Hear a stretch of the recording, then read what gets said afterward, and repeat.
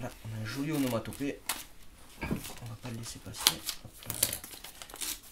Disons que ces découpages sont venus par le fait que je découpe ce que je lisais quand j'étais enfant. Je vends quelques tableaux, les gens aiment beaucoup mon style et c'est pas forcément à cause des super-héros. Les gens aiment bien l'imagerie comics comme moi, hein, moi en fait.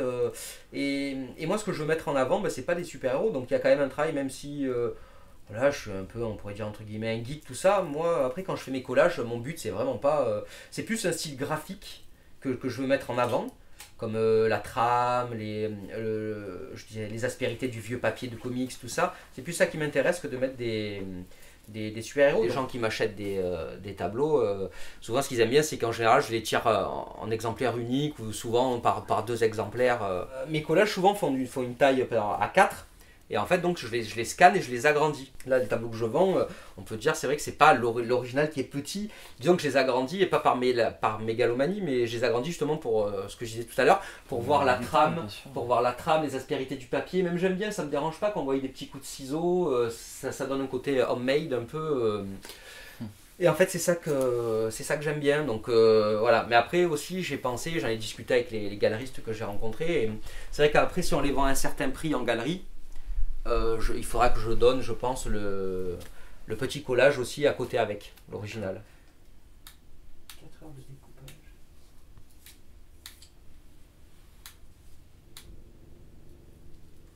Non, mais je n'ai jamais fait les beaux-arts.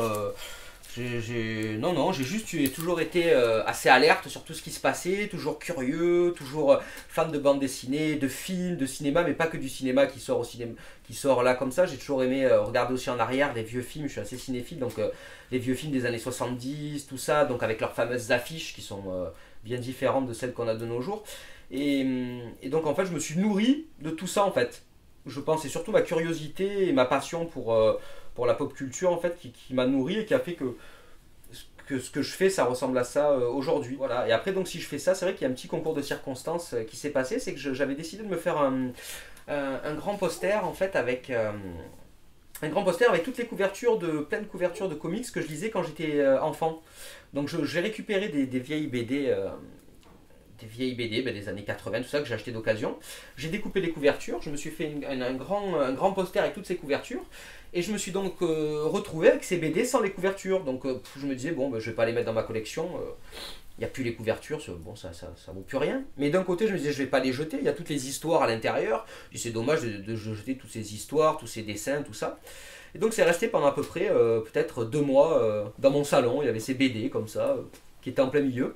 Et je me suis dit, il y a quelque chose à faire là, et j'ai commencé à les découper. Donc c'est vrai que quand j'ai commencé à découper les super-héros. Je m'étais dit, je vais les mettre en scène de façon assez marrante, dans des postures un peu délicates, tout ça, de faire des choses un peu marrantes. Puis je me suis vite rendu compte des limites de cette idée, et que c'était pas très intéressant en fait de découper que les super-héros. Et après donc j'ai récupéré toutes les BD, et là je me suis mis à découper les personnages secondaires, comme j'expliquais, que j'ai plus facilement m'approprier, disons.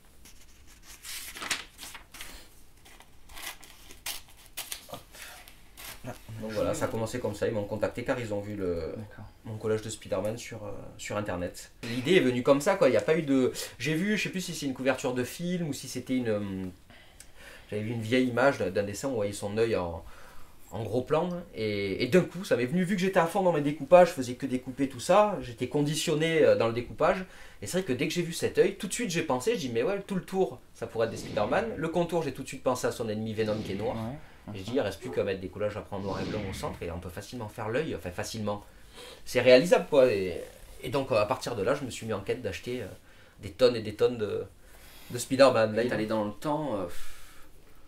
Ah, j'ai bien mis 1 mois, quoi, à peu près, pour le faire, entre l'achat des BD, tout ça, oui. Et par contre, on a fait toute une série qui est assez géniale, je trouve, avec ce masque que j'ai fait, c'est un peu improvisé. Ça fait une œuvre à part entière, je trouve. Ouais, bah, disons que c'est vrai qu'il est... Bah, en fait, je pensais pas, quand j'ai commencé à le faire, je pensais pas que ce serait aussi bien. C'est une fois qu'il est fini, j'ai fait, ah ouais, il est pas mal, quoi.